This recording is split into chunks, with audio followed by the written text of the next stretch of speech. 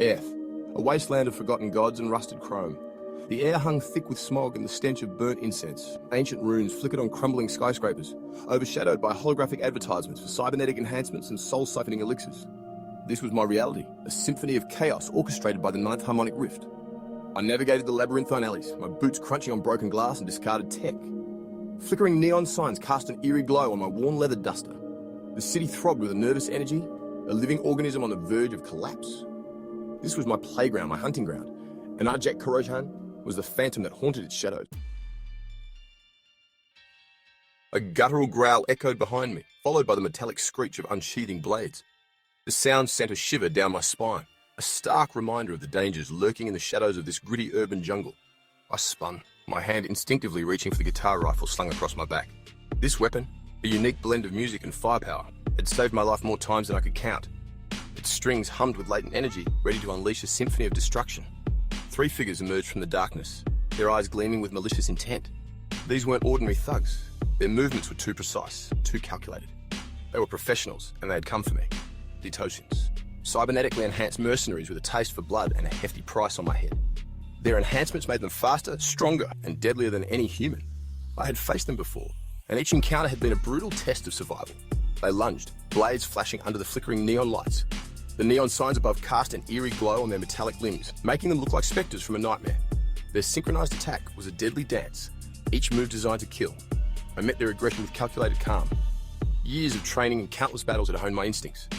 I parried their blows with precision, my guitar rifle singing a deadly tune as it clashed with their blades. Get him! The bounty on his head will make us rich! Their leader's voice was a harsh bark, filled with greed and desperation.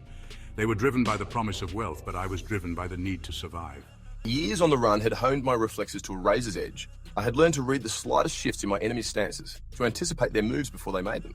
It was a deadly game of chess, and I was determined to win. I dodged a blow aimed at my head, ducking beneath another.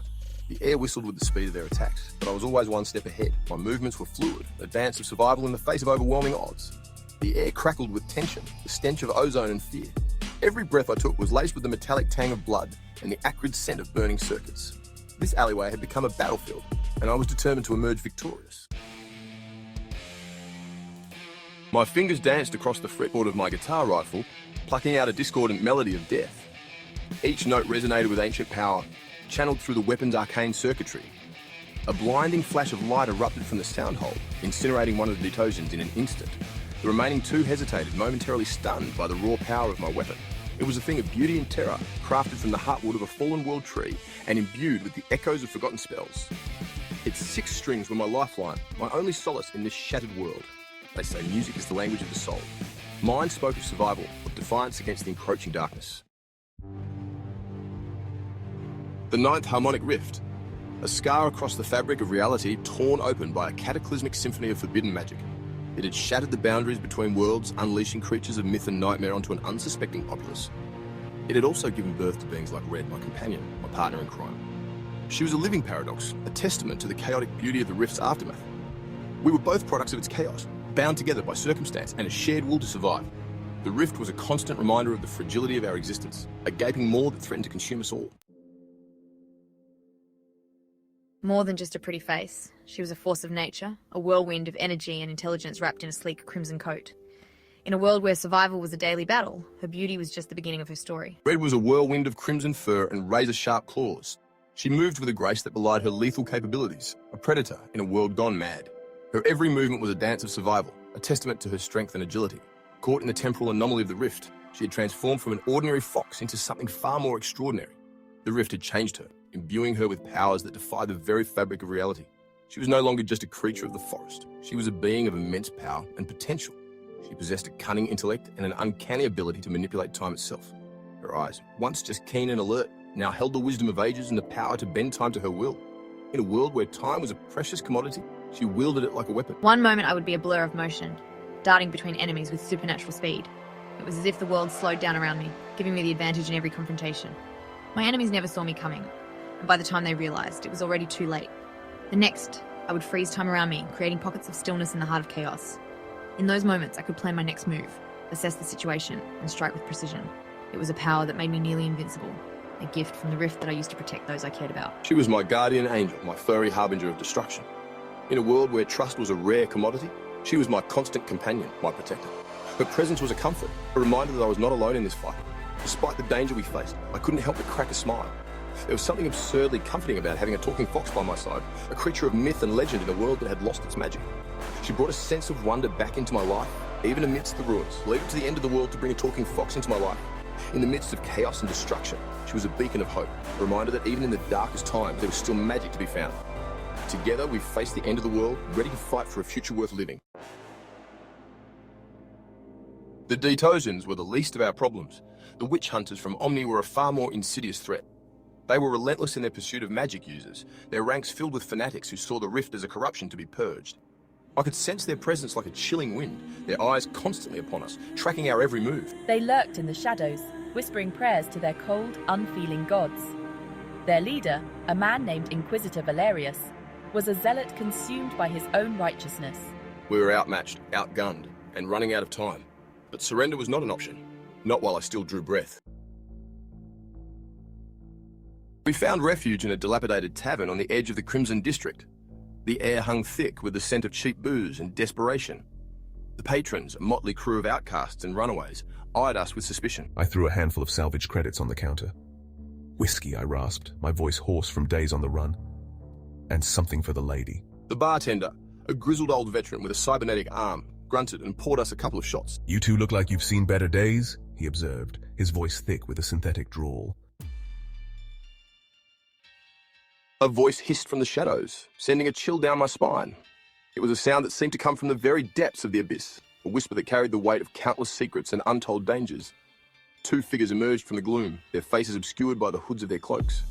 They moved with an eerie grace, their steps silent and deliberate, as if they were phantoms gliding through the darkness.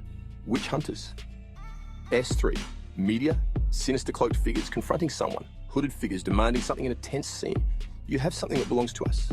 Their voices were cold and unyielding, each word dripping with menace. It was clear they were not here for a friendly chat. The air crackled with tension, the sound of their raspy breathing the only sound in the sudden silence. It felt as though the very atmosphere was charged with electricity, ready to explode at any moment. We were trapped, outnumbered, and out of options. The walls seemed to close in around us, the shadows growing longer and more oppressive with each passing second, except for one. Narrator. Media. Close-up of cold steel blade near skin. Character feeling the edge of a weapon.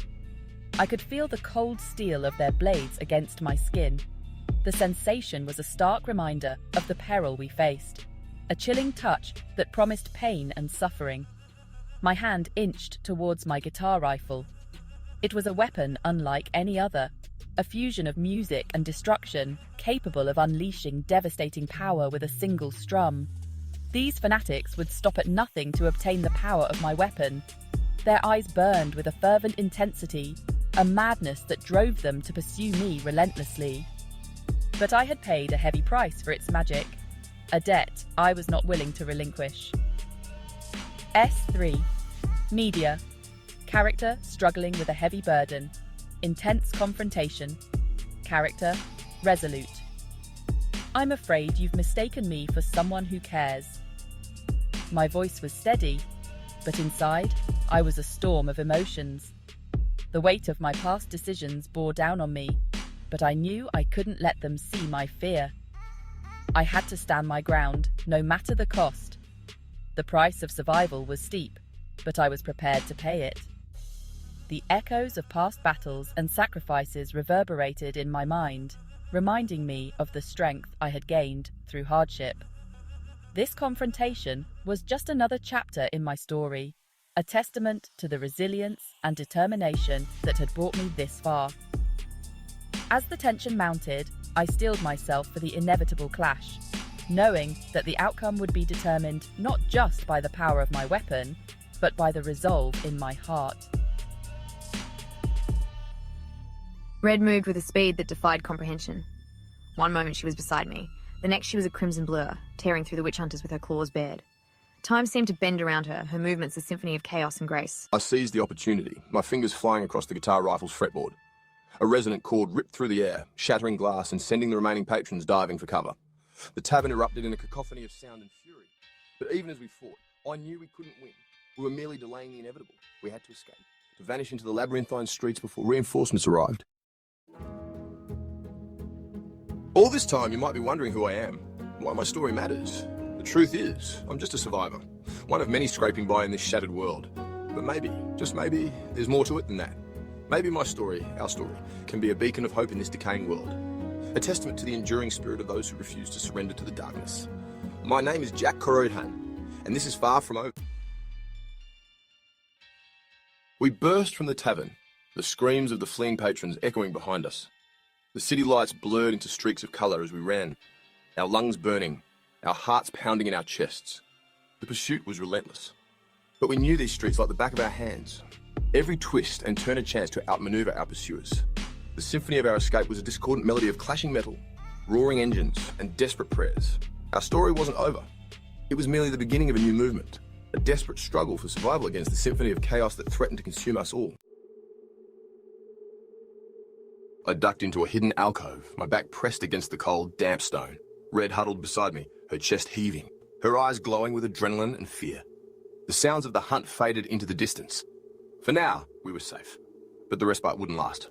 The witch hunters wouldn't rest until they had captured us, until they had silenced the discordant symphony of our rebellion. But we would be ready for them. We would turn their symphony of oppression into a requiem for their own destruction. The hunt was far from over. It had only just begun.